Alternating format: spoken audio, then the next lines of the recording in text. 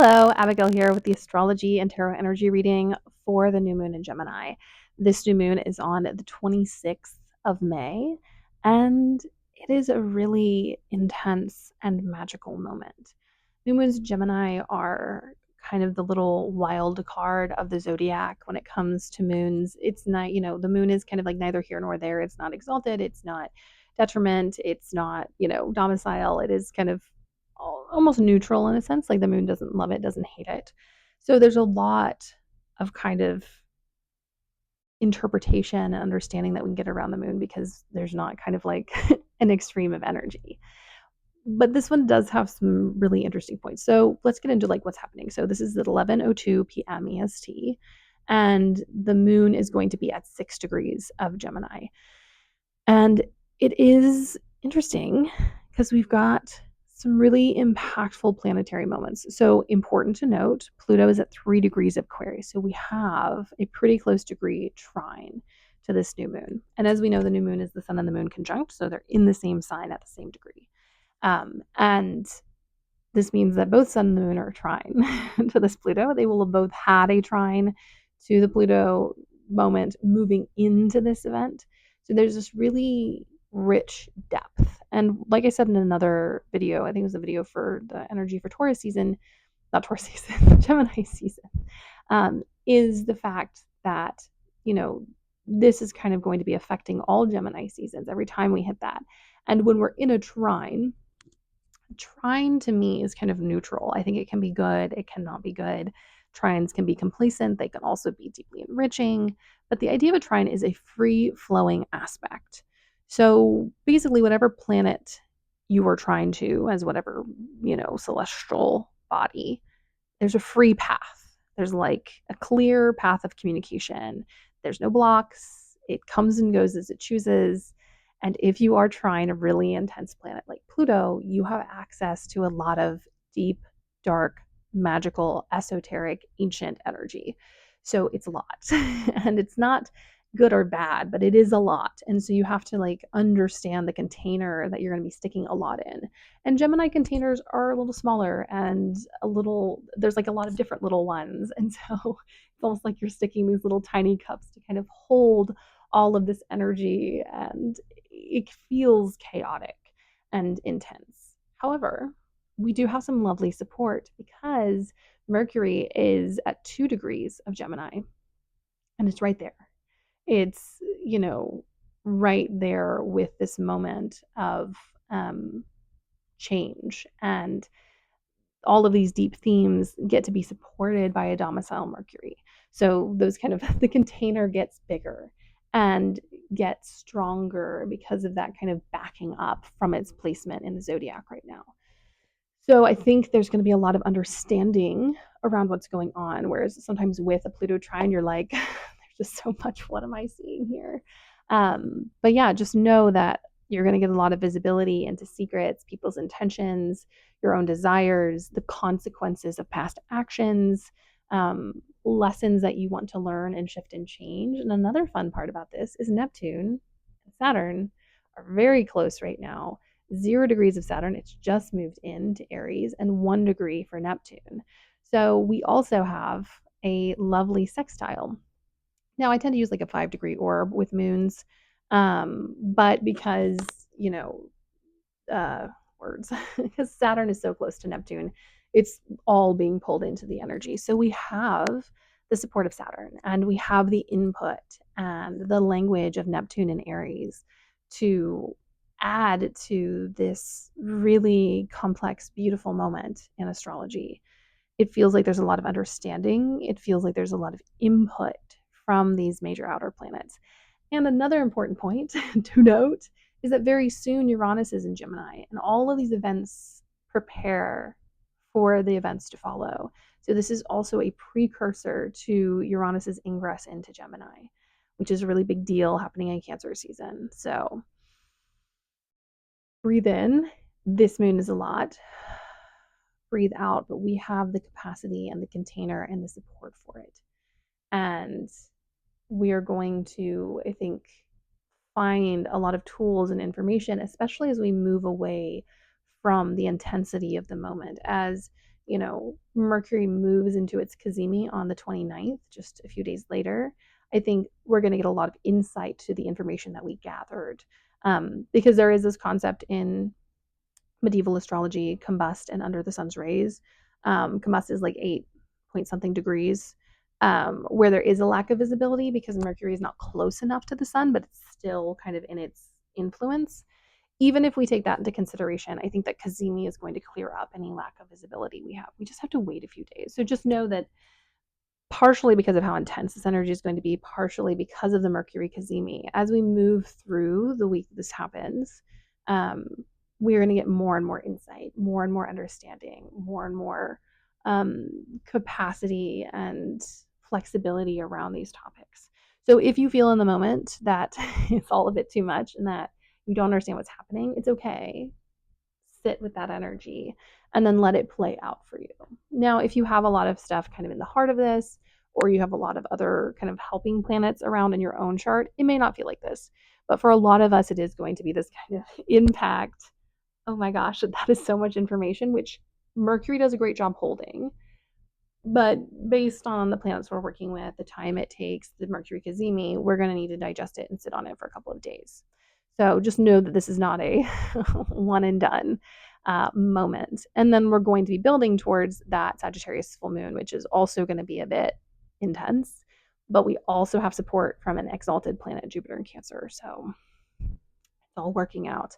I also really think the full moon in Gemini, when we go into Sagittarius season, is going to have a lot to say about what happened at this time. So put a pin in this moment when it happens. Know that you're going to get a lot of information now and you're getting a lot of information later. And all of it's important. All these little spider webs that we connect with the astrology, with our natal charts, with the people around us. It's all a part of a beautiful, wild story. All right, let's get into the cards for this lunation. Think to kind of wrap up the astrological part, this is a moment for checking in on the tools you have and how you want to use them. It's also a moment to check where this is falling in your chart, what house it's happening in will influence what topics we're dealing with. I, for instance, will be dealing with 10th house topics, almost exactly conjunct my midheaven and south node. So past life things like desires moving forward, an understanding of what I want in my legacy and I will be known for. And the older you get and the more you progress through life, the more clear that 10th house, that midheaven become, depending on where your midheaven is, because it can be 11th house, 10th or 9th house. Mine is in my 10th. A lot of kind of understandings of stuff that has gone quote unquote wrong in the past or hasn't worked out. And I think for me, it'll be bringing up a combination of grief and understanding. So that's kind of a way you can interpret it. You can go look at your third house, siblings and academics and the stuff that we intake every day that is adjacent to us. It's like our neighborhood. So what's happening in your personal spaces, the people that are nearest and dearest to you, all of those things, and then you can go around the whole zodiac that way. And I actually do it sometimes with the Zine Witch over on their Patreon. But yeah, let's get into the cards. Starting off, this feels very apropos, feels very Pluto. We start off with the world. I feel like this is very on point. It feels like this is a massive convergence before we have that huge, Uranus ingress into Gemini. We've kind of gotten a bit of perspective from those, language words. From those retrogrades in the spring, the Mercury retrograde, considering this is a Mercury ruled moment. Also considering, the degrees that Neptune and Uranus are at are also in the same degrees as that Mercury retrograde. So there's a bunch of strings coming together and being tied at this point, creating another or the beginning of an image in this tapestry that we're building with our lives. And Pluto is the master weaver. Pluto strings all of these things together, and the rest of the planets kind of make sense and digest it. And so this is a really big moment. And it's a moment that I think, especially around this season, we're going to see a lot of shifts and changes in the world and in our lives. And this card very much exemplifies that. And I will say this reading is very one-to-one if you're reading it from like an astrological tarot perspective, because we have the Lovers, which is Gemini. It is this idea of connection and the points at which we connect and the ways at which we connect. The Lovers card can be taken many different ways. The Lover's card can be literal relationships, literal connections to different people. It can be how we connect our inner worlds and our outer worlds. It can be different parts of self. It feels as though there are a bunch of moments coming into this moon where we're going to be connecting some dots, be connecting some threads, and recognizing where we actually want to do certain things. I do think there's also, because of Gemini's kind of fleeting nature, not fleeting as in like Geminis can endure, but Geminis can switch very quickly from topic to topic and move through a lot of stuff. Um, I think there's going to be, especially with Pluto involved and Saturn and Neptune, a moment of understanding what's important and what is valuable and what is something that if everything else falls down, what are things that we want to maintain. And if we don't have the energy for X, Y, and Z, what is the one thing that is Z for us that we have to have, that we need to kind of make a period in a sentence to kind of understand and, buttress our thoughts and ideals and the life that we want and all of these different things. Um, and I love this because we have actually mostly major arcana, but the one minor arcana is really beautiful. We have the 10 of stones, which is the 10 of pentacles. I love how it is this stacking of stones, and some of it's under the water and some of it is above the water. It's a really beautiful idea of as above, so below, and how I think this moon is not just about our physical presence in this world, but also the subconscious and our spiritual lives and the parts of self that people don't get to see. And that's what Pluto does. It brings up those things. And that's what Neptune does in its own different way, is it pulls things into the light and out of the light, creating illusion and reality and truth and things that are not true all at once. Neptune is such a wordless expression of the universe. Um, and we're being called into this really magical space in this new moon in Gemini, where I think we're going to benefit externally, which is very important. Unfortunately, we live in capitalism. We got to have certain things to live because a lot of stuff is kept from us so that we are forced to strive. But I think it's also a perspective shift on what's important and about really engaging in that rich inner world, really connecting to the deeper parts of self. And when we think about Gemini, if we think about them as twins, or two sides of the same coin, maybe there's one side of the coin we see all the time. This moon is going to flip it. So we get perspective from a different side.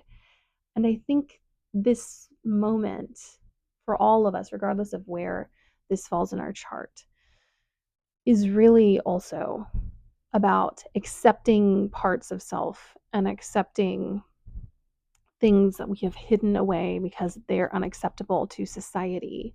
And these are the parts of self that will actually get us through a lot of this oppression and suppression. And it's the parts of self that the powers that be are very terrified of, because there's so much magic in the parts of society that are not considered normal or acceptable: queerness, disability, not being a straight man. um, so there's a collective power in weirdness, in being strange, and we need to harness that, not as a way to differentiate ourselves from us versus them, but as a way to say we are not so different in all of our uniqueness. And that 10 of stones is this tower of strength of weirdos, of the strange ones, of the people that aren't considered the norm in society. I think this Gemini moon is an uprising of that. And I think that Sagittarius full moon with that square is the dreamers and the fighters and the healers and all these different types of support roles that often get pushed to the side, really putting their feet into the dirt and kicking those heels in and refusing to budge. Because sometimes those grand crosses can really be hard because we're not moving forward, but sometimes we don't need to move forward. Sometimes we need to say no. And I think in this Gemini season, a part of us is going to need to be deeply flexible, and there's a part of us that just needs to be like, this is how it is, and I'm not going to change it. And then we have this lovely Chariot. This is the card of Cancer, such one-to-one moments. We're not there yet, but we're moving into a bunch of Cancer shifts. Mercury will go into Cancer, Jupiter will go into Cancer, eventually the Sun will also go into Cancer. This is a progression of the story we've already been on. This is moving us towards our emotional goals, moving us towards all of us getting to have a full range of experiences, especially when it comes to like the emotional feeling, sensing side of things, you know. So don't hold back on your feelings in this Gemini moon. Be a little, be a lot wild and free. I think what's not spoken about a lot in Gemini is that Gemini can be deeply regulatory in the sense that it's not fixed. And if you're deeply traumatized, like I am, or you just aren't really built for the systems, the best kind of regulation is the ability to move from extremes, is to be like, I feel completely hopeless, and that is how it is. And then, oh, I feel extremely excited and happy about this, and I'm going to let that exist, and it's going to go back down. And we're back at hopelessness. And that's how we survive in a world that is not built for joy, that's not supposed to make us happy, where devastation and bombs and starvation are supposed to make us give up on the people who need us the most. And this Cancer card tells us to keep going, to push, that care is never pointless, that the people that exchange weapons and sell off people's bodies for their own gain, they will never have what we have. They will never have a fullness of journey. They will never have an expansion of the soul. And we will eventually win and overpower them because they are in the wrong and we are in the right. And we are on a journey that is higher than ourselves. And that is the beauty of extending yourself into spirituality, is this recognition of perpetuity and the infinite and the journey of the soul through many lifetimes. It is not hopeless, and we all have a role and a path to move on. And Cancer teaches us this lesson. It is like the ocean. Everybody plays a part. The little tiny pieces of invisible salt, the krill, and the algae, and the fish, and everybody has a role. And the trawlers and the fishermen and the things that, and I'm not talking about fishermen who do it for their livelihood. I'm talking about companies who come in, and the pollution, all of those things, they don't have a role. They're here to destroy. But all of us, we are the sea. We are the little creatures. We are, the molecules in the waves. So do not lose track of your purpose in this new moon. It may feel overwhelming. You may see a depth of cruelty and evil as we get access to Pluto. However, Pluto isn't just that. It is the resolution of those things and the fact that everything comes to an end at some point. So do not lose hope. And like I said, I do think there's a rebalancing coming. I think also with that square, with that full moon that we're going to be heading towards after this, that is happening as well. We have the Justice card. We need a rebalance. It has become grossly imbalanced. It's always been imbalanced, but we've kind of teetered and tottered through things. The more minority group you are, the less that is true. But we have a massive, obvious imbalance where a very small group of people are destroying things. A very small group of people are sucking out more wealth and resources than they could use in countless lifetimes because they are cruel and selfish. And justice is going to come in. So in all of this, have hope, because even though we can't see it, every ounce of energy and joy and sorrow and prayer and desire counts on the scales of the universe. So your little tiny offering of grief and suffering and pain to shift a dynamic that is unfair either in your life or in the world at large counts and matters. And that is the important part of Gemini. And this also of its sister Mercury sign, Virgo, is that the little things mean a lot, and never discount what you put on the scales of life. And that is my reading for the new moon in Gemini. Do not give up hope. You're going to see the depth of horror in this new moon because the universe is demanding that things get set right. And it is going to be overwhelming at first, but as we move out from this new moon, we are going to find power and courage and strength and that ability to be flexible and bounce back that Gemini has. So do not lose hope in that moment of overwhelm. This is also a new moon. This is the start of something exceptional. And we get the support of Pluto and Neptune and Saturn. These are, especially Saturn and Pluto, these are the shifters of time and the universe. And of course, Neptune has its role as kind of the universe at large, as this depth of magic and unknown power that we get to tap into. So have faith, have hope, and give yourself time to breathe. Breath is very important in an air moon.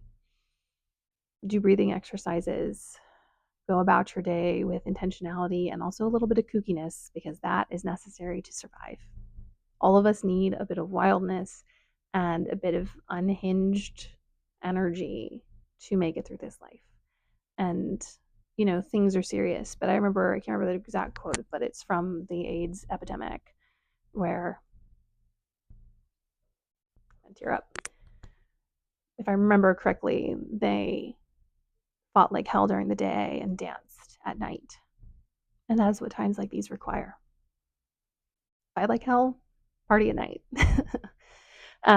Anyways, I love you all. Fight like hell and party at night. And I really think that this Gemini new moon is a turning point for a lot of us personally and also for the world at large. Blessed new moon in Gemini.